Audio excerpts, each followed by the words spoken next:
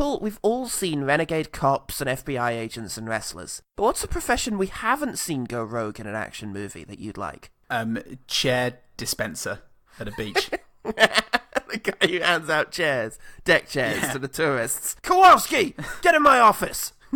You're at least Canon Kowalski. Hand in every chair.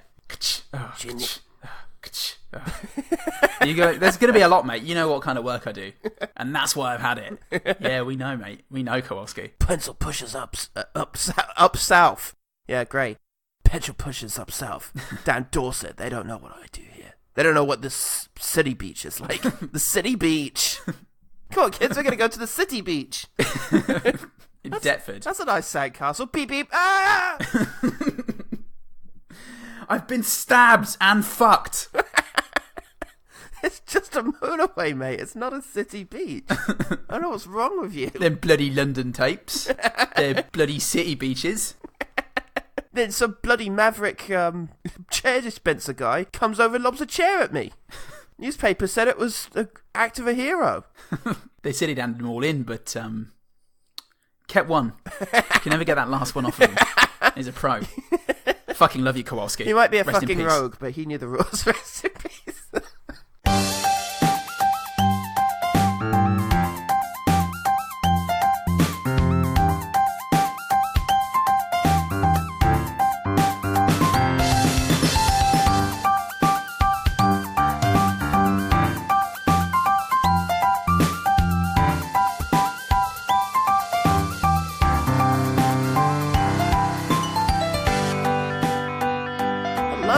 One Good Thing, the podcast that makes fists with its toes and then uses them to beat terrorists.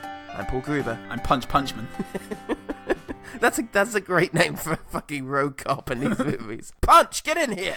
I just don't understand you, Punch, but I'd like to. You used to be all about the punching, but now you're all about the man. Hey, you got the fucking evidence files? I don't know, ask Punch. Punch? Oh, da-da-da-da-da. Punchman! We have just finished our big burly trilogy of recommendations. Boff. And talked about Fire Maidens from Outer Space. With its big burly 50-year-old men. Yeah. So let's cap off this testosterone jamboree with the best ever action movies. Testosteronical. Testorionics. Testosteronal. Great, I'm glad I wrote this script when I was much more awake than I am now. We're riffing it. We're just riffing it. Keep going. On all the shit I've written. Yes, action movies. Is anything truly as purely cinematic as the action sequence? Right back to the Great Train Robbery, and even the Ned Kelly gang before that. Cinema has been obsessed with action, which is why every shot on every movie starts by someone yelling action, followed by a lengthy fistfight that gets cut out of everything except action movies. Steel Magnolias. It's weird that they do it that way. Yeah. They do that. Cinema demands it. Do you know Christopher Nolan actually has every single one of those fights himself? He insists on it because he's a pro to the fucking end. Okay, action. His subconscious has been... Ow!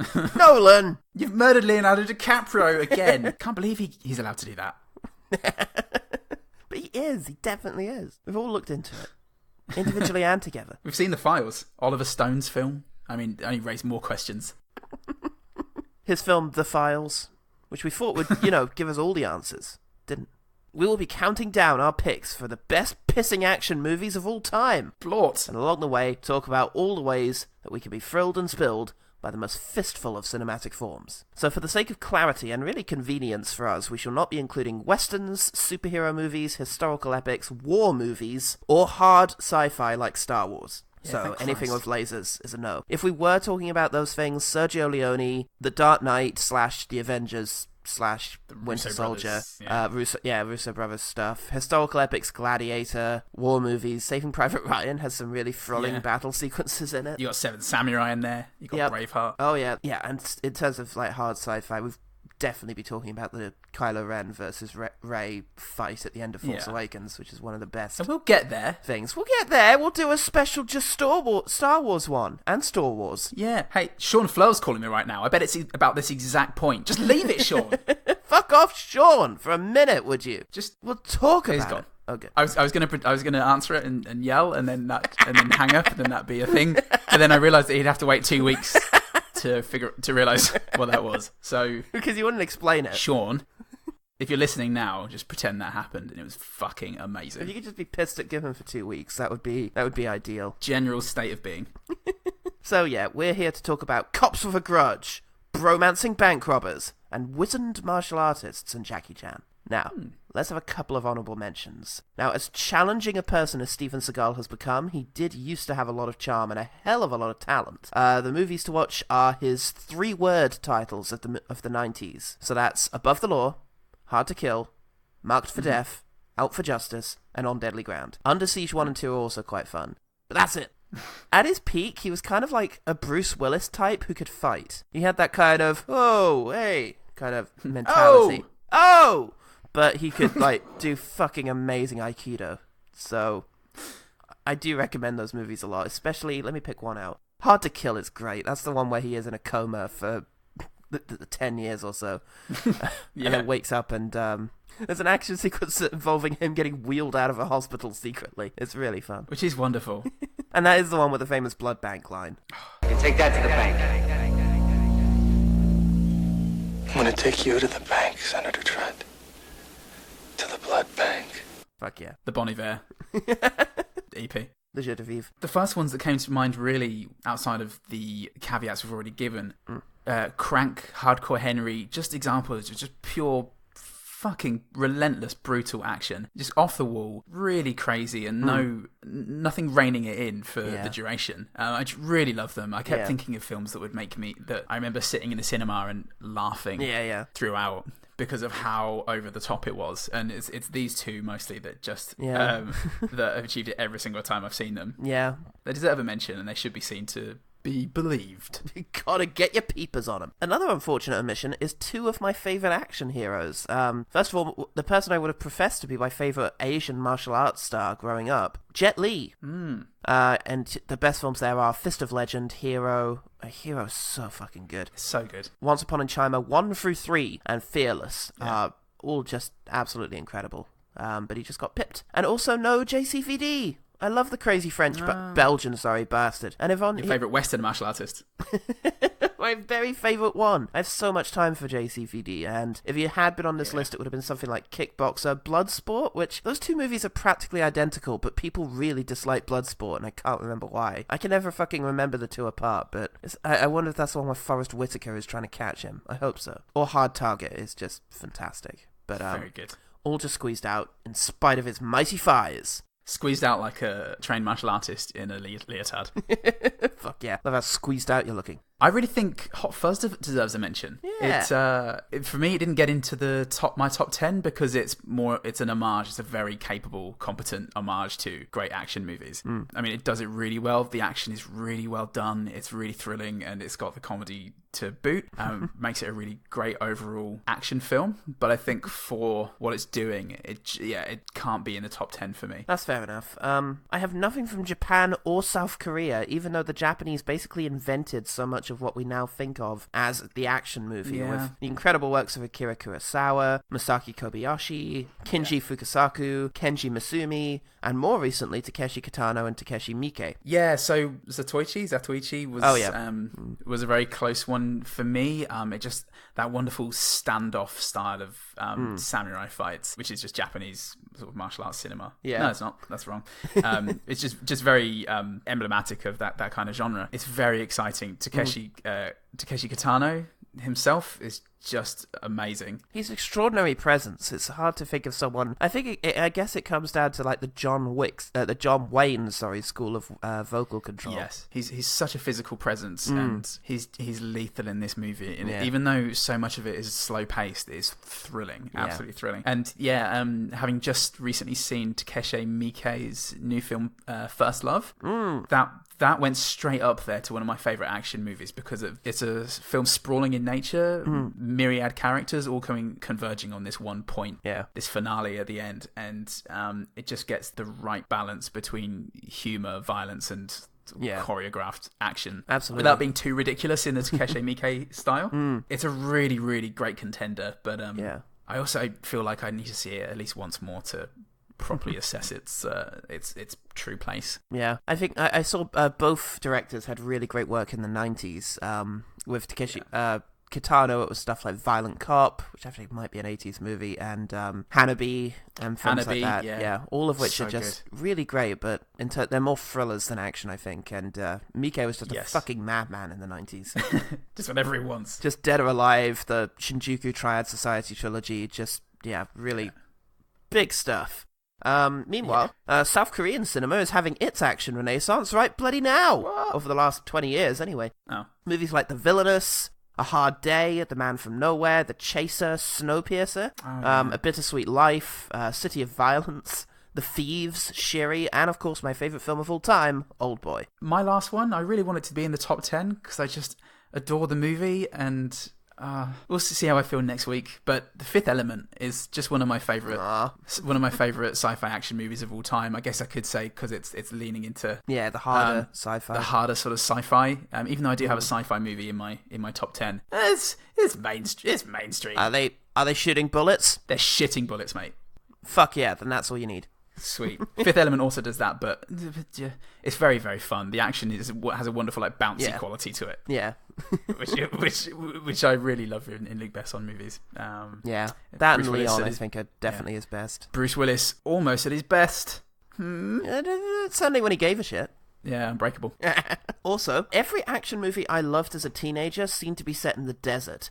And there's one desert movie in my list, but there's also Desperado, Way of the Gun, The Getaway, Assassins, Broken Arrow, and more. And finally, I'd also just like to point out Haywire, Yes. an excellent action movie from Steven Soderbergh, starring the excellent and yet to find a vehicle as good Gina Carano. So She was in Deadpool for a bit. she was in Deadpool for a little bit. Anyway, that's enough of all these conditionals. Let's get to these massively compromised lists. So one of the discussions that we were having was Bond is going to have to appear on this list somewhere. And for me, with my memory of that lasts about 10 minutes, it's going to have to be Skyfall, which is the most recent non-bad James Bond movie. Country. England. Gun. Shot. Agent. Provocateur. Murder. Employment. Skyfall.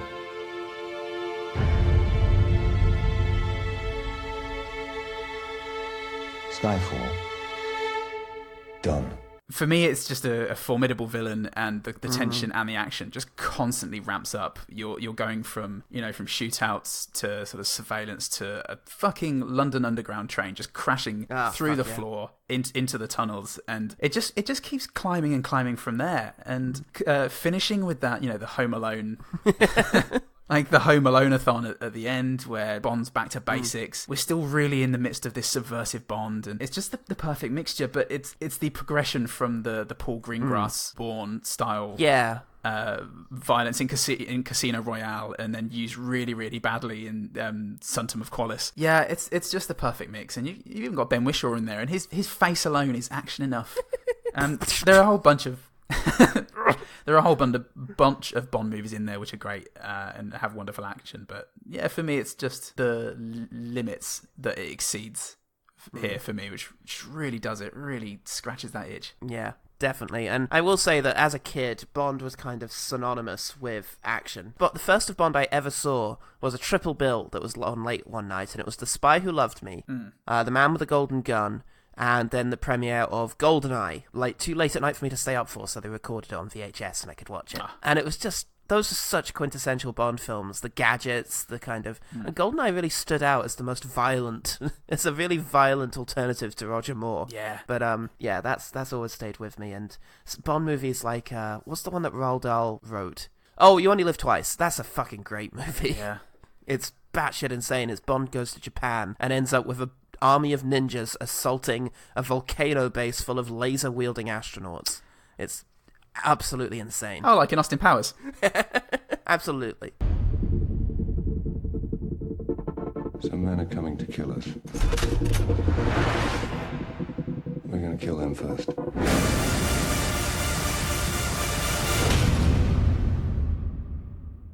My number 10 is what happens when one of the greatest directors who ever worked turns his attention to a camp action adventure movie. It's Raiders of the Lost Ark. Yay. For nearly 3,000 years, man has searched for the lost Ark of the Covenant. Bible speaks of the Ark leveling mountains and laying waste to entire regions. Not something to be taken lightly. No one knows its secrets. Jones, do you realize what the Ark is? It's a transmitter. It's a radio for speaking to God. Starring Harrison Ford, charismatic and young and just probably at his most lively, playing Indiana Jones, the archaeology professor who undertakes a race to try and beat the Nazis to a relic that actually contains the wrath and or love of God. I'm not quite sure how that works. I don't think anyone is, but Don't think about it. it's a swashbuckling adventure in the best kind of style. The action set pieces are things like really incredible motorized stunts and people jumping between stunt vehicles and fantastic fistfights, and all the while punctuated by these surprisingly graphic moments of violence. It's a PG movie and it's generally accepted to be good for kids, but there are moments where a guy will just get shot in the face. Good old days. And blood will pour down his thing, or a Nazi will get sucked into a plane propeller. You know, a big part of getting your film rated is being able to cite precedent. I really feel like more filmmakers should be taking Raiders of the Lost Ark with them and just being like, look at this! Disney saying that I can't have Loki's spear going all the way through Coulson. Look what fucking Indiana Jones was up to. Different time. Different time. People getting away with in the 80s? But yeah, it's a fantastic film. It's a good old-fashioned adventure in the sense that they're sort of globe-trotting, running around and, you know, just visiting all of these different locations. Written by Lawrence Kasdan of Star Wars fame, with a fantastic supporting cast including Karen Allen, John Rhys-Davies, Denham Elliott, and even, at the very beginning, Dr. Octopus playing the treacherous guy who guides him into the temple. Of course. The music by John Williams is incredibly evocative and a lot of fun. It's just a really fabulous film.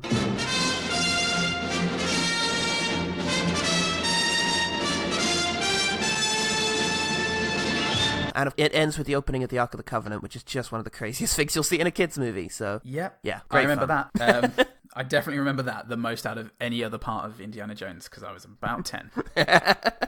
Dad, what's Ah! Quick, just put on Starship Troopers instead, Paul. You'll be fine.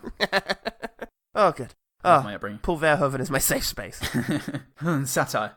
So, my number 9 is, finally, after all this time, we're going to be getting into Asian martial arts, and who better to start off with? That's right, you guessed it, it's Donnie Yen, who is best known, well, for me anyway, with the Ip Man series, and yeah, I want to talk about Ip Man, the first one. When Japan invaded China, deadly fist. Many rose to fight against them. But only one man had the secret. Also as Asian guy in Blade 2. It wasn't an Asian guy in Blade 2, and Asian guy in Star Wars, and Asian guy is very, very great range. Anyway, Ip Man, master of Wing Chun, his beginnings in, I think it's Foshan in China. I may and probably am wrong.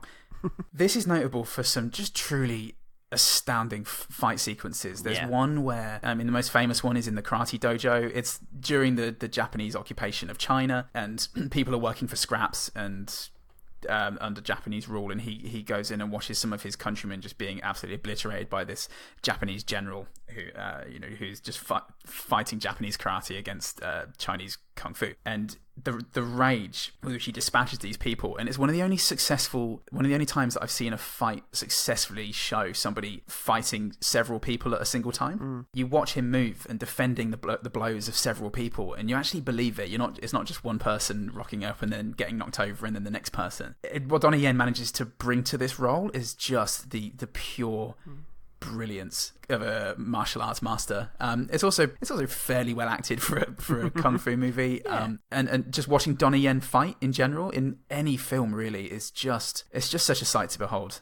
This is the best of it, I think. Yeah, absolutely. It's surprising how brutal it gets as it wears on. Yeah, it's shockingly at times. Yeah, the aesthetic gradually gets darker as the stakes get higher, and it's quite sad, to the point it almost looks like a post-apocalyptic movie as the Japanese invasion gets into full swing. It's troubling. Ip Man. Okay, my number 9 is Mad Max Fury Road. We are not thieves. We are not thieves. Where is she taking them?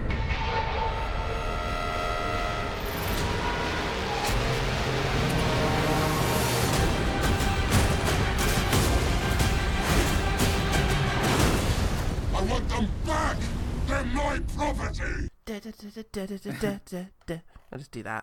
Directed by George Miller, the director of the original Mad Max movies, and Road Warrior obviously deserves some mention as being a really incredible movie, but he really ups the stakes in Fury Road and makes a much bigger action movie. A nearly relentless chase through the desert, starring Tom Hardy as Mad Max, but much more crucially, you've got Charlize Theron as Imperator Furiosa, the best named character outside of an Idris Elba thing. Life.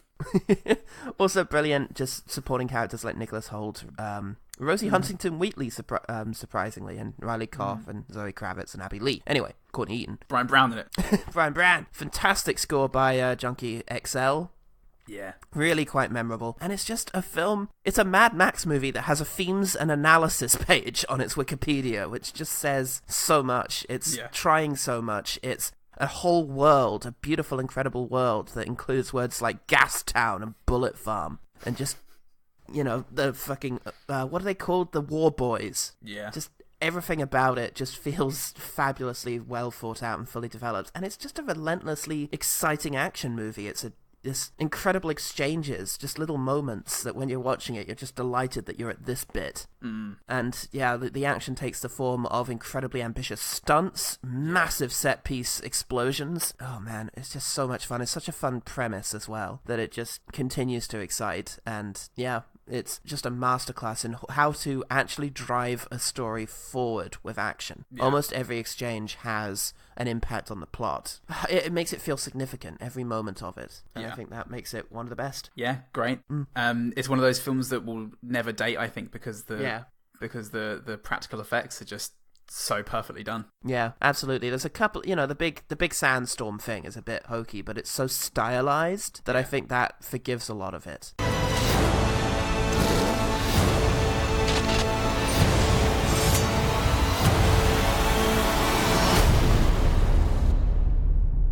Talking about forgiveness, there's nothing to do with this whatsoever. Just can't think of a segue. Mission Impossible. Been responsible for some just frenetic, breathtaking, and inventive, just unbelievable action sequences. Mostly because Tom Cruise, I guess, thinks that he's invincible.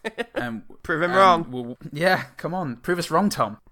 He is my favourite. I think he's probably the West's answer to Jackie Chan because he's the only person that will willingly put himself through the same sort of punishment just for a good action sequence. Not as talented as Jackie Chan, with the but kicks. He hasn't yet denounced his son for the Chinese authorities. So he's up there.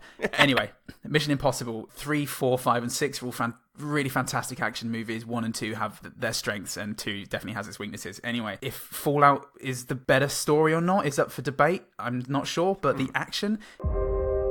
Your mission. Should you choose to accept it? I wonder, did you ever choose not to? The end you always feared is coming. And the blood will be on your hands. Again, the relentlessness of it, the Tom Cruise, Henry Cavill face-off through that film, and you got the return of Sean Harris's character. Oh yeah, it's just a perfect marriage of all of these forces, and they each bring something different, and they're all menacing in their own way, and the threat is just noxious. Then throwing in, is it Rachel Monaghan at the end? Michelle Monaghan, sorry. At the end, just adds that extra little bit of emotion, and at a point where you feel like any other film would just end about 20 minutes earlier, it just manages to keep ramping up that action and ramping it up. And the final sequence where it's counting down to the beginning of a sort of world-changing, world-ending event, with the two of them like racing each other in helicopters to try and so Tom Cruise can finally get the disarming device. What we said before is you know that he's going to do it, but you just don't know how. That's what makes some of these movies just some of the best action movies there are. Yeah, it totally suspends your disbelief that everything's going to turn out okay. Especially, I bought the opening. I feel like an idiot, but the opening where there's a bit of a fake out, I really bought it and thought, holy shit, they made this one dark. And then the twist happens and it's like, oh, these movies are so much fun. I didn't feel cheated. I just felt, that's exactly how I felt. Like, oh, because it didn't do anything that's not established by the rules of the franchise. And that's just fabulous. I will just say that I don't remember being as emotionally involved in these movies as I was during the J.J. Abrams third one. where I really viscerally remember feeling all the way through, oh, just kill him. For the love of God, please, just kill him before he does something awful. It was... I think there's something about putting an explosive in somebody's brain that just really got to me. It's not very nice, viscerally, is it? But it's not a very nice thing to do. And that whole opening with the where he's pointing the gun at the girlfriend, at Michelle Monaghan's head, it's just brutal. Yeah. But then I always thought that Ghost Protocol, the Brad Bird movie, had the best action sequences. But I mean, Fallout's fucking amazing. There's no doubt about that. The fist fight between Tom Cruise, Henry Cavill, and the Asian Third contact party in the bathroom is just yeah. Oh, it really is incredible. One of my favourite fight scenes of recent cinema, I think. It's really brilliant, but I love the set pieces, and Ghost Protocol always felt like what Bond could be in the modern age, because Bond is busy being born, but Ghost Protocol is how you could make a campy Roger Moore style Bond movie. That's the thing, because it's fun. It's very fun, and I'm also laughing. It's very fun because of how ridiculous some of the stunts are, the set pieces, or even just the espionage. Yeah, exactly. Like the scene where they're pushing the movable wall down the corridor, and it's projecting what's behind them is so silly. It's beautiful. So it has everything. It really does. Anyway, sorry, we could spend all day talking about Mission Impossible. What the hell is he doing? I find it best not to look.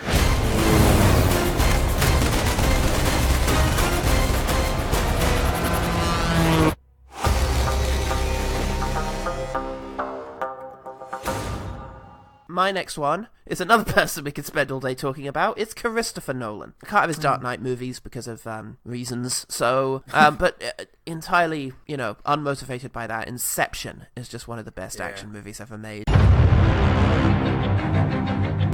Mr. Cobb has a job offer he would like to discuss with you. Like a work placement?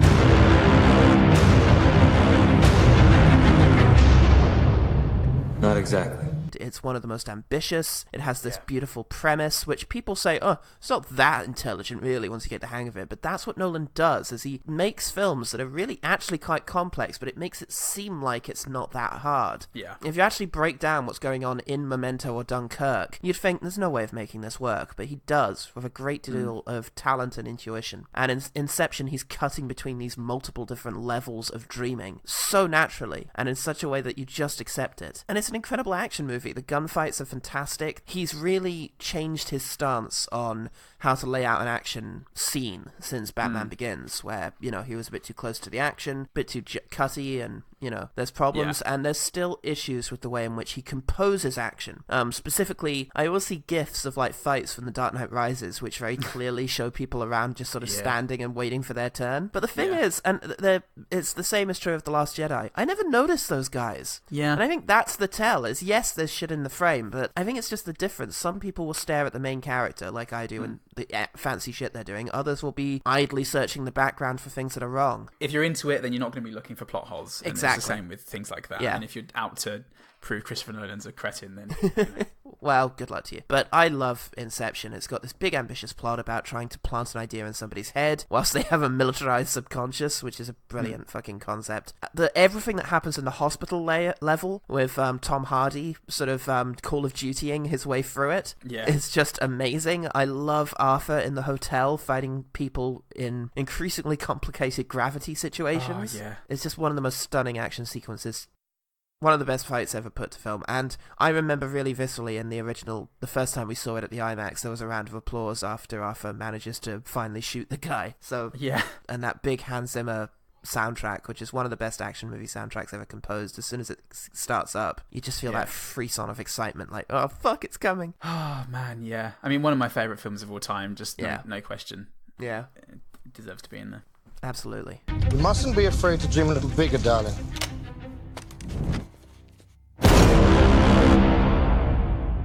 Another film that deserves to be in there is Face Off. Fuck yeah! I've been chasing this guy ever since I joined the force. He has no conscience, and he shows no remorse. He's the mastermind behind numerous bombings and political assassinations. He has a felony list a mile long: murder, arson, kidnapping, terrorism, you name it. And now, after all this time, I finally figured out a way to trap him. I will become him. I mean, I'm glad I got a John Woo in there. He's pretty known for this kind of stuff. Bit handy. Recently we've been, you brought to my attention that they're looking into a Face Off remake, and so it seems. All you need to do is look at the original Face Off and go, why would you need to? Yeah. It is as ridiculous as action can get, and it still have that emotional heft. Yeah. It also has just one of the perfect pairings. You'll never get a partnership like this in a movie. John Travolta and Nick Cage doing impressions of each other, like playing characters, also doing impressions of the other character. In itself, I would watch, even if there was no action. But as it goes, it has huge set pieces. And again, it doesn't even matter that you can occasionally very obviously see that the stuntmen look nothing like John Travolta and Nicolas Cage. Sometimes they've got sideburns. Some guy has more hair than Nicolas Cage does. It doesn't matter because they're falling through the sky from a speedboat that's flying through midair and is about to explode on the surface of the water.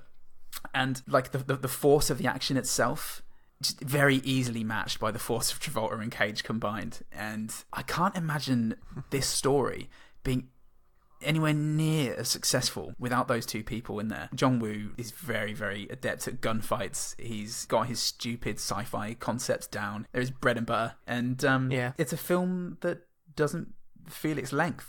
It's fairly long, and it just with a lot of the movies on my list, it just keeps bringing it, and it doesn't lose its pace. It just keeps on delivering. It's often ridiculed, and it can be ridiculous in places, but it's a fucking astounding action film. It really is. You're not having any fun, are you, Sean? Try terrorism for hire. We'll blow some stuff up. It's more fun.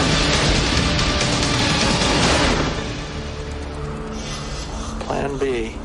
Let's just kill each other. Okay, well, my next entry is Ong Bak. Nice. Alternately known as the Muay Thai Warrior, or the Thai Warrior in the United States. Because Muay Thai, what's that? I'm not watching this movie. He perfected his art through years of sacrifice in a place he called home. But now, a single act of betrayal will awaken a cruel destiny. I think sometimes the movies that really make an impact, and there are at least 2 more examples of this coming up in our list, are the movies that introduce a new style of fighting to the West. And although we'd had movies like Kickbacker, which was Kickbacker. Stop kicking people's backs, Kickbacker. I've got to. It's in me job. So it's not a job. So, aside from the fact that, some movies had featured Muay Thai before, nothing had really explored it or shown this style of fighting. It's about a guy, a Buddha is stolen from his little village, so he has to go to the big city and try and get it back. It's all set in Thailand. And it's Tony Jaa in the lead, just doing these incredible fights, using his knees and his elbows and jumping up people and using these very odd stances. If the whole Bruce Lee thing was to sort of, keep on your feet, keep moving about, Tony Jaa shows how flexible these stances could be as he's able to sort of effortlessly spring from one into the next and jump around the place and keep on target, in spite of the fact that he's in these very sort of seemingly immobile foot stances that are actually giving him a lot of power. It's incredible fist fights. The odd chase, a really fun parkour chase through the city, involving him doing various stunts that the crew liked so much they had to show it from multiple angles. It's a bit of a frustrating film because it is kind of promising that Tony Jaa is going to be the next Jackie Chan, and that he's got the talent to do so. Maybe not quite the charm, he's not quite the screen presence of Chan, but certainly he's got the ability to do it. But after this, you had Tom Yum-gung, also known as the Protector in the United States and Warrior King in the UK, and then Ong Bak did a load of prequels that were set not in the modern world but in the ancient world, and I don't know, it's not quite the same when you don't have him being able to jump over a motorbike kicking the person riding the motorbike, and I don't know, he kind of fizzled. I think I don't know what big things Tony Jaa did afterwards. He was in one of the Fast and Furious movies, the 7th one, and was pretty good in it. He was in the second Killzone. That was it, yeah. He was in Killzone 2, which was fine. And he was in a movie called Paradox that was apparently quite good, directed by Sammo Hung. I don't think it's made it to the West yet, but I don't know, it was a little frustrating, because this film promises really, really incredible things. I have seen Ong Bak, and I was wowed. It's just it's one of those things where you just go, he's perfect in every way. And I'm scum. I see. It's just so exciting. Every time he gets into a fight, it's, oh boy. Yeah. Well, that's how it should be. You think, oh good, more action, more pain and death. This is what I'm here to see. Premiere Asia in invites you to discover the action phenomenon that's taking the world by storm. On back. Well, the next film definitely delivers on pain, death, and action because it's directed by Quentin Tarantino, and that just seems to be his bread and butter. Kill Bill, the first. The best. Definitely. Not too long ago, I was quite the professional. My friends and I, we were the creme de la creme in an exclusive industry. And we all worked for this man, Bill. Then one day, I decided to leave, settle down, and start a new life. But when I tried to get out, they did me in. With all the flair and just innate filmmaking talent that Tarantino brings to every movie he's ever done, sometimes with more success than others. As we know, it's all about the story of B. Kiddo, played by Uma Thurman, getting revenge for a botched murder attempt at her wedding as she runs away from a gang of ruffians. It's a pure celebration of Japanese martial arts and blending that with big, flashy, sort of glitzy Hollywood production values. Uma Thurman is just a fucking beast in this. She's so formidable. Watching her remorselessly work her way through legions upon legions of people to get her revenge is very satisfying, and it makes me think, yeah, revenge does work, actually. Revenge is great. There are some really, really wonderful smaller fights in that. I mean, obviously, starting off with Vivica A. Fox, she's got this very tight, contained piece in this person's living room. It just causes maximum destruction in this tiny space. You've got Oren Ishii, played by Lucy Liu, straight out of the Japanese greats of old. It's just pure homage to that. And then, of course, we have her battle with the Crazy 88, where the film just goes into overdrive, and it's been building up the entire movie with these very contained, chaotic pieces. And he just, he goes all out, switches to black and white, and just starts slicing off limbs. And it's just a seamless transition from scene to scene, and what an amazing film. Yeah, definitely, it really is. Hard part's over. Well, from having talked about the potential new Jackie Chan, let's talk about the original one. Put him in one of these. There's so much to go for here. His early movies like Drunken Master, Snake and Eagle, Shadow, where it was just pure martial arts, and then his more stunt-orientated work like Project A, and his kind of Western work like Rumble in the Bronx and the Rush Hour series. But I decided that the best, and Armor of God, of course, which is just incredible. I decided to go for Police Story. Yeah. I mean, there's so many movies in that franchise that have a claim to be his best one. The second one has that incredible playground fight, which is the first time I remember being impressed by Jackie Chan, is that playground fight. And the fourth one has this brilliant ladder fight, like literal ladder fight, that's really incredible. But I decided it had to come down between either 1 or 3. And I'm going to cheat a little bit here, because I'm going to say, if you have not seen a Jackie Chan movie, then Police Story 1 is the best one to watch as your first, because it contains everything about Jackie Chan. It's got his incredible action, his unbelievable stunts, and willingness to put himself at risk. Little things like jumping across a fucking room, or throwing himself into a car.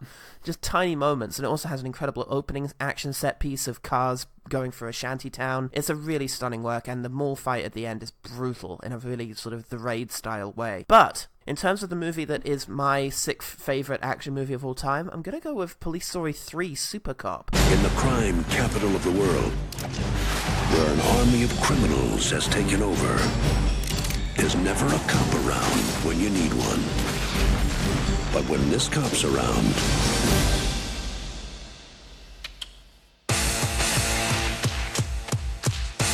one is all you need. Yeah, it's him as a Hong Kong officer who is then seconded to, or whatever the correct version of that word is, sequestered. Seconded, yeah, to mainland China, where he works with Michelle Yeoh, who's playing an Interpol inspector, and the two of them have to bring down a drug deal, which involves him going undercover and helping him break out of prison and undertaking various raids, including a prison escape. And it's just fucking stunning. It's such a good action movie. A lot of gunfights, a lot of Jackie Chan grabbing guns in this movie. Which you may not have seen before. But it's got all of his signature comedy, his incredible stunts, including one of his most ambitious, where he pulls a Cruise and grabs onto the underneath of a helicopter, 20 years before Cruise did it, and just gets dangled over a city with no safety wires, just fucking holding onto a ladder. It's painful to watch. One of the reasons I'm reluctant to make it my Jackie Chan entry for this list, though, is because he's totally outshone by Michelle Yeoh in this movie, who is fucking incredible. She does things like holding onto the side of a truck because it speeds through a city, and like crashing into cars, and you can just see her like on the side of this thing. She jumps off of said truck onto a car behind her, and there's an outtake where she misses the car and just jumps onto the road. She's fucking unbelievable. Like, she's so good. And considering we're not talking about Crouching Tiger, Hidden Dragon on this, it's because that's being saved for a future list. It's really nice to give her a mention. Also, Maggie Cheung is in this film, all of these films, and she's really fun. It turns out she actually grew up in England, and specifically Bromley in Kent. Oh. Yeah, that was a surprise. But hope for us. She doesn't kick any ass in these movies, but she is frequently just thrown off of things and given these really big stunts. And in this one, she's kicked out of a helicopter onto a car, and it's just, yeah, really incredible. Oh, and also Michelle Yeoh drives a speeding car onto a speeding train. And there's outtakes of that going on too. So, yeah, it's just an incredible movie. Go again? Michelle? Go again? Michelle. Michelle. There we go. There she is. Yeah, it's just a fucking stunning action movie. Excellent. Jackie Chan. Super Cop. He's just always enjoyable to watch. Poetry. Just adore that man. All right. Yeah. Another man I adore is Keanu Reeves. And Keanu Reeves was in Bill and Ted. But he was also in Replicas. Was he in Replicas? Yeah. Or was it Replicants? I've started your timer. Sweet. Okay, great. Well, he was also in John Wick 1, 2, and 3. I lost everything. That dog was a final gift from my dying wife. Jonathan, you got out once. You dip so much as a pinky back into this pond, you may find something reaching out to pull you back in. It's personal. And yeah. These are just these have been game changers. You let a stuntman direct, and wow, Keanu Reeves. I mean, there are videos out there of him training and the work he puts in and the precision with which he works is just incredible. And if it's not enough that he is the nicest and most hardworking guy in Hollywood, just the results are incredible.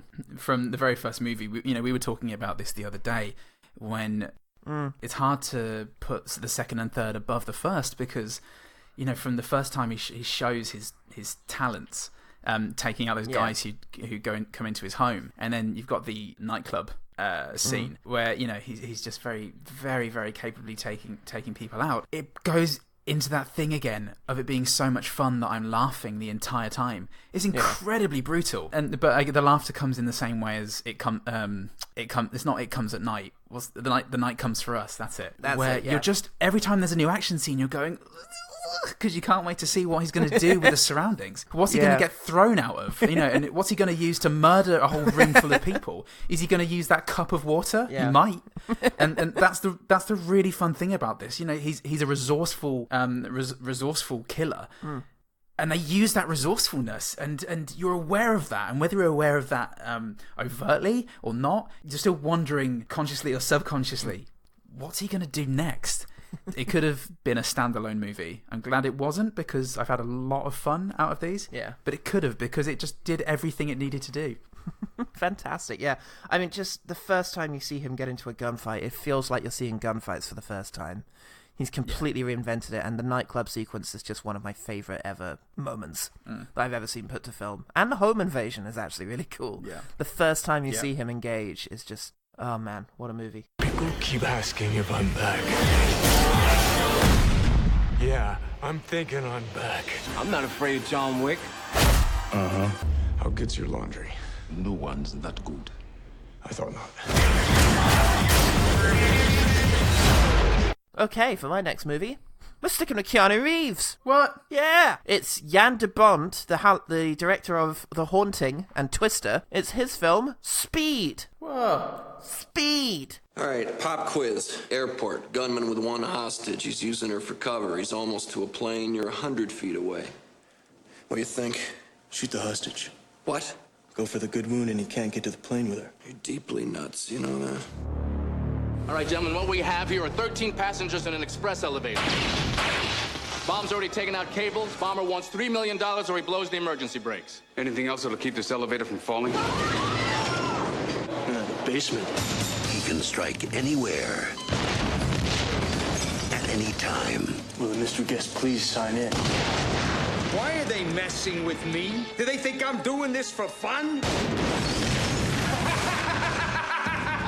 And this movie is about Keanu Reeves plays a LAPD SWAT officer who, along with his partner Harry Temple, played by Jeff Daniels, they manage to thwart the terrorist plot of Dennis Hopper playing himself. After he gets away from this and then takes a bus, he hijacks a bus essentially by putting a bomb on it that will explode if the bus goes under 50 miles an hour. And it's just an incredible premise. It's a really fun idea, the idea that this bus has to keep speeding through this town. And it's just there's a number of other films about this sort of vehicular related. There's actually the opposite premise in with The Wages of Fear, remade as The Sorcerer by William Friedkin, in which a bunch of men are transporting a big thing of nitroglycerin and can't drive too dangerously or will explode. This is the opposite idea that just keeps the action moving. Keanu Reeves is at his most charming in it. There's a whole bunch of really interesting extras. There's some bad performances in this that kind of make it interesting and quotable, including this really awkward exchange between Keanu Reeves and Sandra Bullock, who's also in the movie.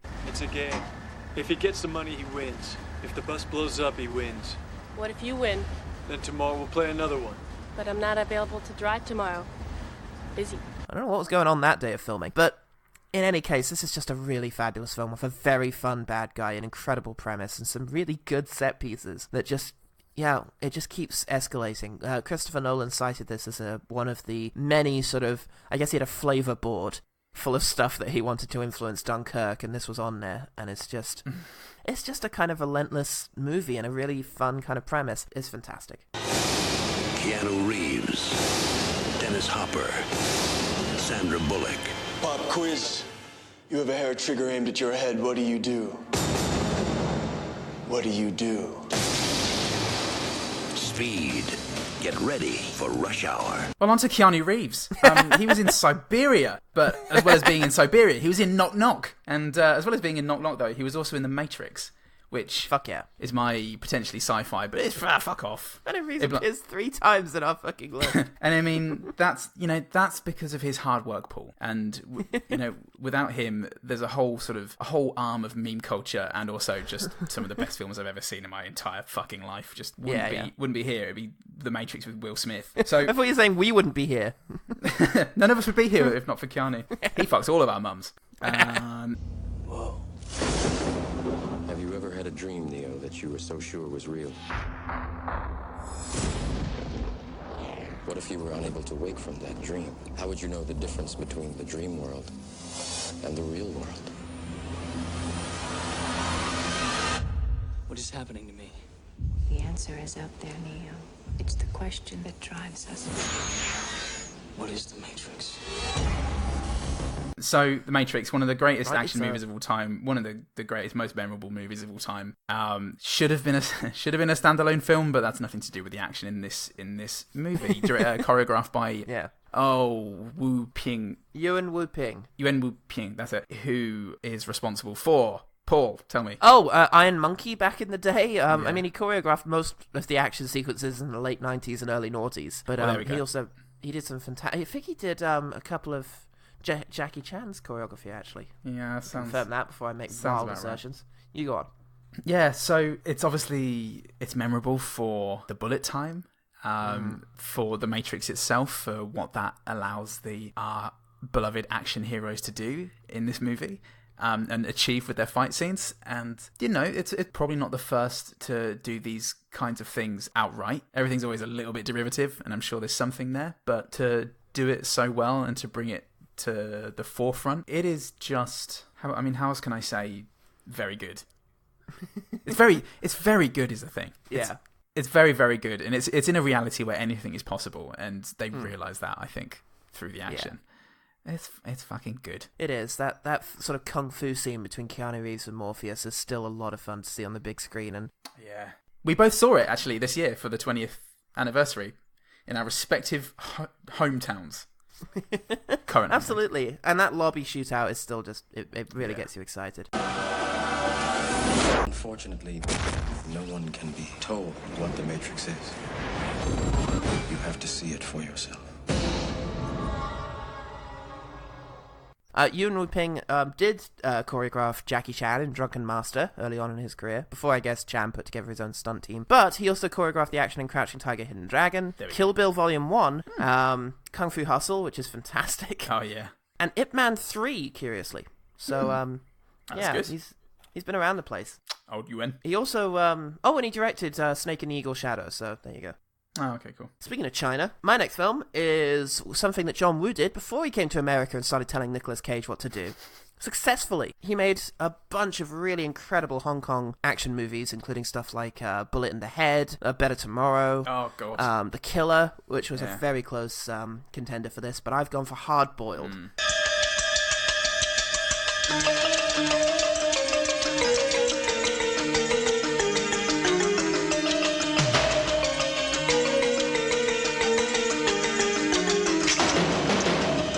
Potentially his most ambitious Chinese work. And the movie's about a radical cop named Tequila, played by Chow Yun-fat at his most charming. And he goes after a whole bunch of gangsters, and it's alternately hilariously camp and incredibly grim. But the action sequences are absolutely stunning. Everything from the tea house opening sequence that includes the famous shot of Tequila going down the banisters of a stairway with a gun in each hand, just blowing people away, up to the incredible, about 15-minute long hospital shootout at the end is just absolutely stunning. Just the way that his gunfights work is that somebody fires a gun and the environment around you explodes.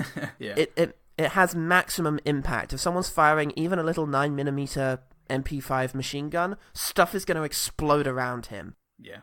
And it's absolutely fantastic. And in between that, you've got a really great warehouse shootout. You've got an excellent little exchange on a boat, and it just emphasizes that thing. Somebody fires a handgun, I think, and this little box that contains like the life jacket just blows up and a character goes flying through the air, and it has huge impact. Even when none of our main characters are managing to get hit, there's just so much impact to that. It's really exciting. And yeah, there's nothing quite like it. The frenetic exchange of gunfire, the way people just throw themselves through the air, it's and also these ambitious wide shots where you see how many players there are and all of them moving around, firing at each other. It's so much fun. Good stuff. One other thing that's worth mentioning is that his sidekick is I'm gonna fuck up his name. Tony Leung. Yeah. Leung. Yeah. He's been in a whole bunch of these movies, and he's also fantastic. Great. He was in Red Cliff 1 and 2. Because there were 2 of them. And he played Ip Man in The Grand Master. And he was in 2046. Yeah. Wait, was he in he was in the Mood for Love. He's brilliant. Yeah. He's the best guy.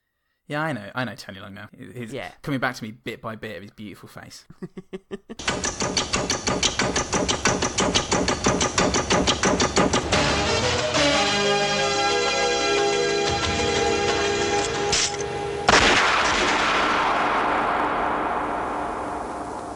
My 3, speaking of China, is The Raid. Nothing to do with China. It's his... Yeah, sorry, just to interrupt briefly, did I say in my previous entry, speaking of China, here's this Hong Kong movie? Controversial. Shit. Oh, no. Come on now. We know whose pocket everyone be honest. You're in. It's very roomy in here. It's a big pocket. You in there, Peter Travers, with his tiny feet. Jackie Chan. Yeah. Oh, the list growing. So, the Raid. Selamat bekerja dan jangan lupa bersenang-senang. Indonesian martial arts masterpiece by Welshman Gareth Evans. Gareth Evans. This is unlike any film you will ever see. I don't think. Maybe Dredd has a similar plot. idea, going into a tower block and having to flush out the bad guys, and there being terrible bloody resistance, but nothing's ever going to match The Raid for flair, for martial arts skill, for directing, for gore. Yeah. For the relentlessness, the brutality of it. There are probably funnier films out there, but I did laugh quite a lot when I was watching it. Yeah.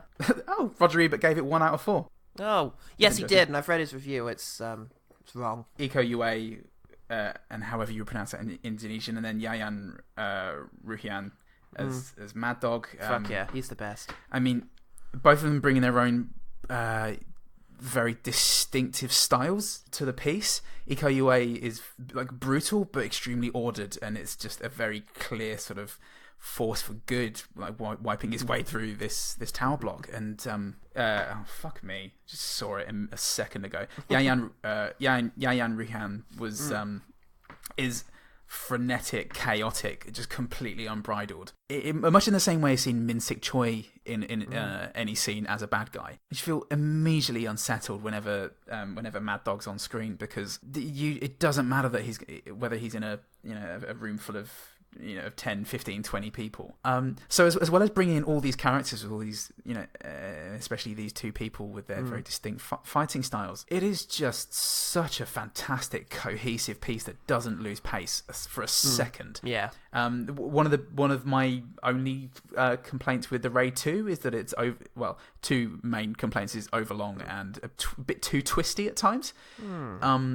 But I think it just stumbles over itself once or twice, even though it's fucking wonderful to watch, and could almost have been in here for the action.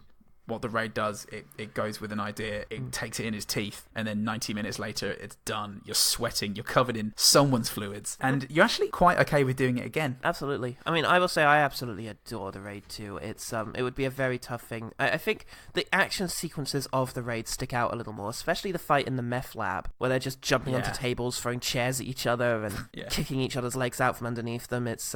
It's really quite incredible. And of course, that first hallway scene. It's that thing that we mentioned earlier. By introducing a somewhat, I say new martial arts, we've been around for hundreds of years, but an unfamiliar martial art in the West, which in this case is Pencak Silat, an Indonesian fighting style, is just really, really fun. And it has a big impact.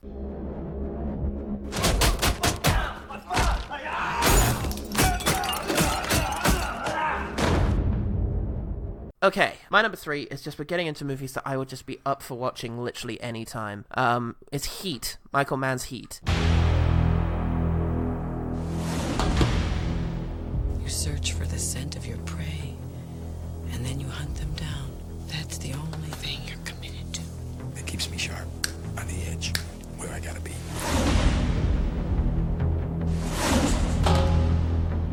You want to be making moves on the street, allow nothing to be in your life that you cannot walk out on in 30 seconds flat if you spot the heat around the corner. No, my life's a disaster zone because I spend all my time chasing guys like you around the block. I do what I do best. I take scores. You do what you do best, trying to stop guys like me.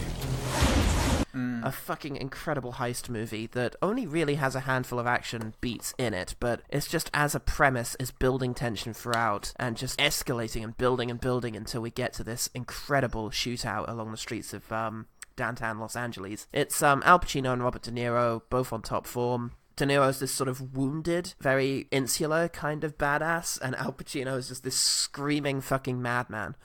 And other great performances in there from Val Kilmer, Jon Voight, Tom Sizemore, Ashley Judd, Amy Brenneman, all sorts of others. And Hank Azaria as well. And Can't forget Hank! But it's just the gunfights. They trained very hard for this gunfight, and they actually shot it on the streets and used the sound from this. That's why all of the gunfire has this cacophonous boom to it.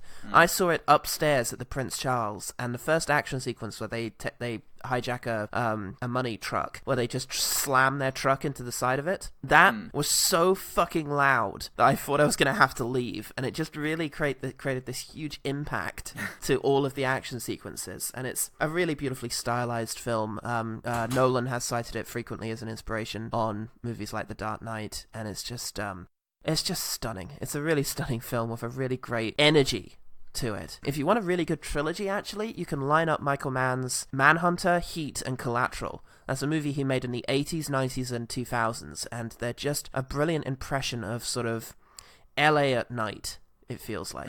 All of them are set in LA, and it really creates something about the city that is at once a bit of a sleazy place, but simultaneously a really sexy place, a kind of cool place, a place where long guitar solos play out, and it's in the sunset, and it's just awesome, and anything could happen. Oh, Natalie Portman's in it too when she was young. Oh yeah, and William Fichtner, actor man William Fichtner, face haver William Fichtner. Al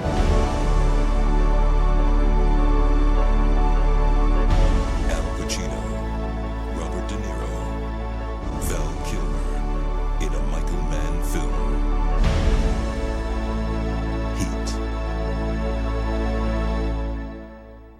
So, getting into the top twos. Yeah. The tops's twosers. The terrible twos. Only not terrible, because they're great. Because they're great. Terrible will bring terrible back to mean good, like Wicked and Sick and things like that. Oh, so man, that was terrible. My terrible two is Terminator 2. Yeah.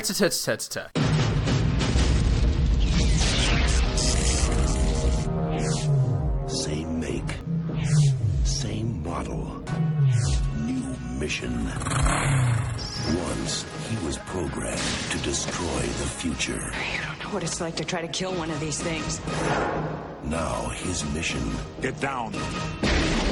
...is to protect it. Come with me if you want to live. I mean, as it's number 2, this should come as no surprise for me to say it is very nearly the greatest action movie of all time. With, iconic anti-hero, I suppose, in Arnold Schwarzenegger and the Terminator. It's just completely iconic, and with some of them, the chunkiest action sequences you'll see in cinema, I think.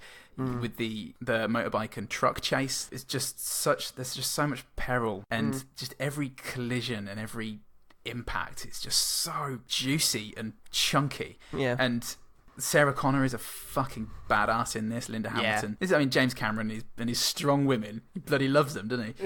and she is just electric. She's so intimidating and mean and like thin and wiry from the crisis of the first movie. Yeah. And you got these two having to learn to get on with this kid in the middle, this misguided sort of fuck up of a kid played by Edward Furlong.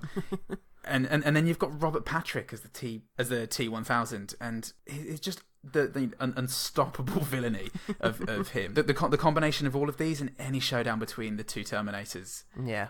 Sparks fly, and the the apocalyptic sort of setting for this movie, just the stakes are off the charts, and it's just got that human touch as well, which I really love. Yeah. The relationship between John Connor and the Terminator is just such a beautiful budding relationship as well. It is. Every connection that you have to the characters, it just makes the action all that more impactful. And the soundtrack as well is just just unbelievable. Yeah, a great reworking of that original theme. Two shots that stay in mind from that movie for me are Linda Hamilton when she's just tried to shoot Mars Dyson through the window, and she gets up and pulls out that big silver long slide handgun thing and marches towards the house with the sort of cool blue light of the pool reflected on her. And the idea is very much that she has become the Terminator. She's trying to eliminate a target in the past in order to affect the future, and she is at risk of losing her humanity here. And the other one is just a kind of playful moment where the Terminator's in the big truck and has rear-ended the smaller truck that our heroes are in. Yeah.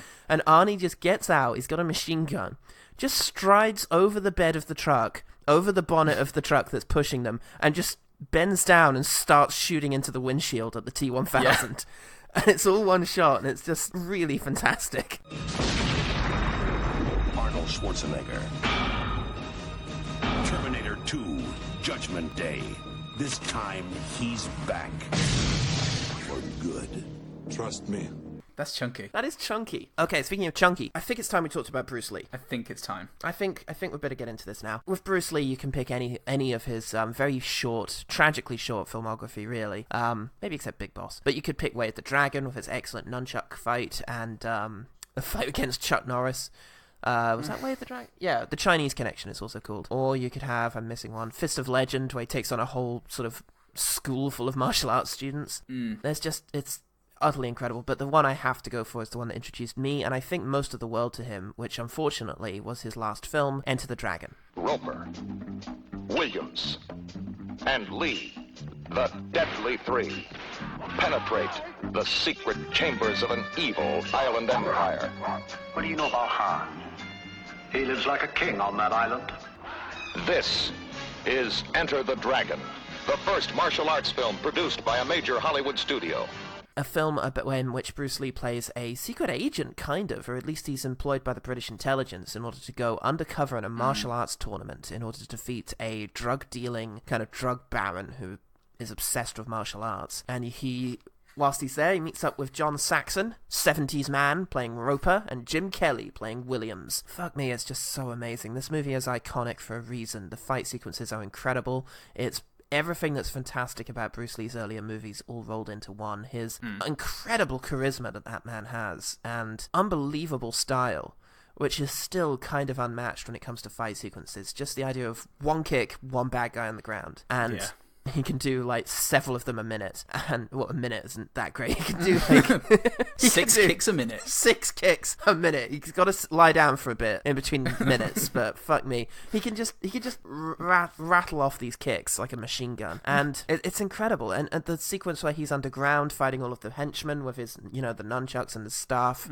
absolutely fantastic. There's a kind of, I don't know, just like a crack to the action. That just a real, maybe it's the sound effects, those crunchy kind of sounds that really sort of is the icon of 1970s martial arts cinema. But also Bruce Lee's style is just so unlike anything else that's going on in martial arts cinema at the time. If you look at sort of Chinese martial arts films of the 60s and 70s, it's very much a case of move 1, move 2, move 3, move 4, and it's very sort of formalized, and there's even a sort of gap in between punches. But then to have Bruce Lee and his sort of free-flowing, beautiful, graceful style, it's still iconic, and it's still incredibly exciting.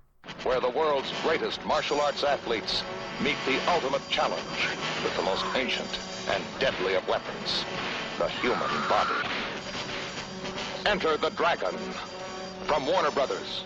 Well, my number one. Oh, hang on. I think I've got your notes. Oh no. Here. My number one is oh yeah, that's an issue. Have you got?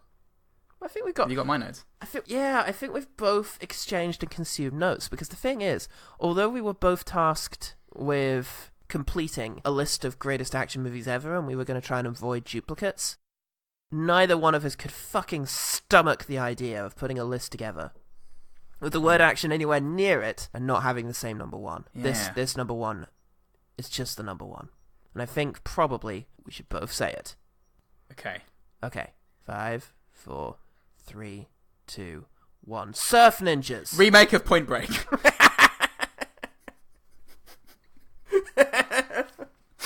Die Hard. It's Christmas Eve in L.A. California.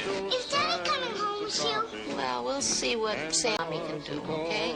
And New York cop John McClane has come to see his wife. I missed you. Instead, he's going to have to save her. Yeah, it's Die Hard. Yeah, it's Die Hard. It's the best. That's the best action movie, actually. John McTiernan's It actually is. Die Hard. John McClane's. The hero's name is Jeff Thompson.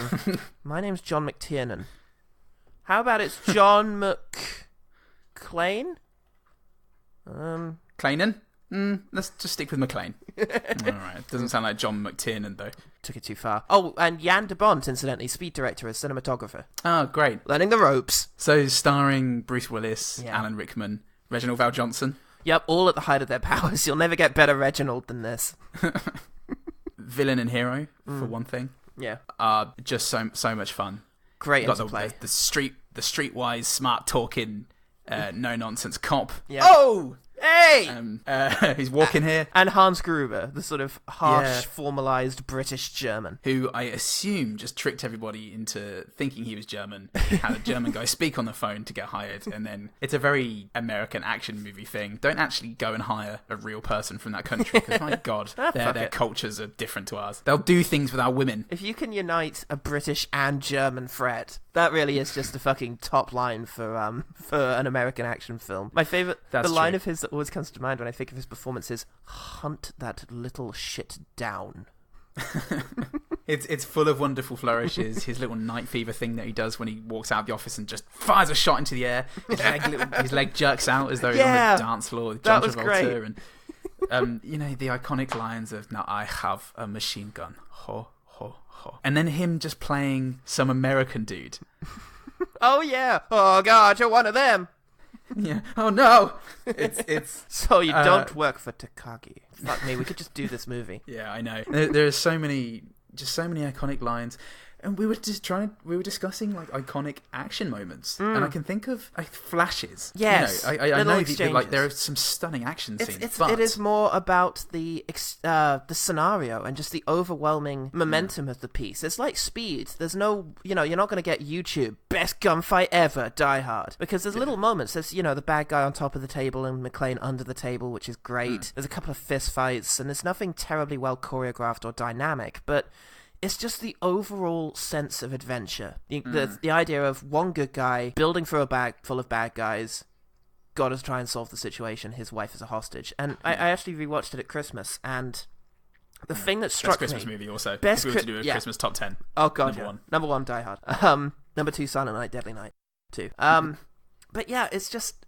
Every single moment it is delivering information to you. It's one of the best written films ever, and it was written by Jeb Stewart and Street Fighter director Stephen E. D'Souza, demonstrating that he would have known what he was doing if he'd been allowed to do it. Just allowed for it once. Just for 1 fucking second to just get on with it. But it's every moment there's something being communicated to you that's going to pay off later, whether it's the reason there's construction on the upper floors, or why it might be tricky to get the police's attention at this particular night of the year, why... what's the name of the wife?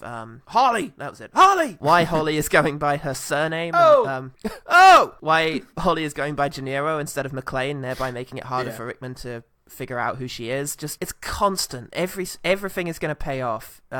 Including make fists with your toes. The fucking bizarre moment at the beginning, which explains why McClane is shoeless, which becomes an important plot point later on. Yeah. It's just one of the best written action movies ever made, I think. Yeah, you're right. It is like being on Speed.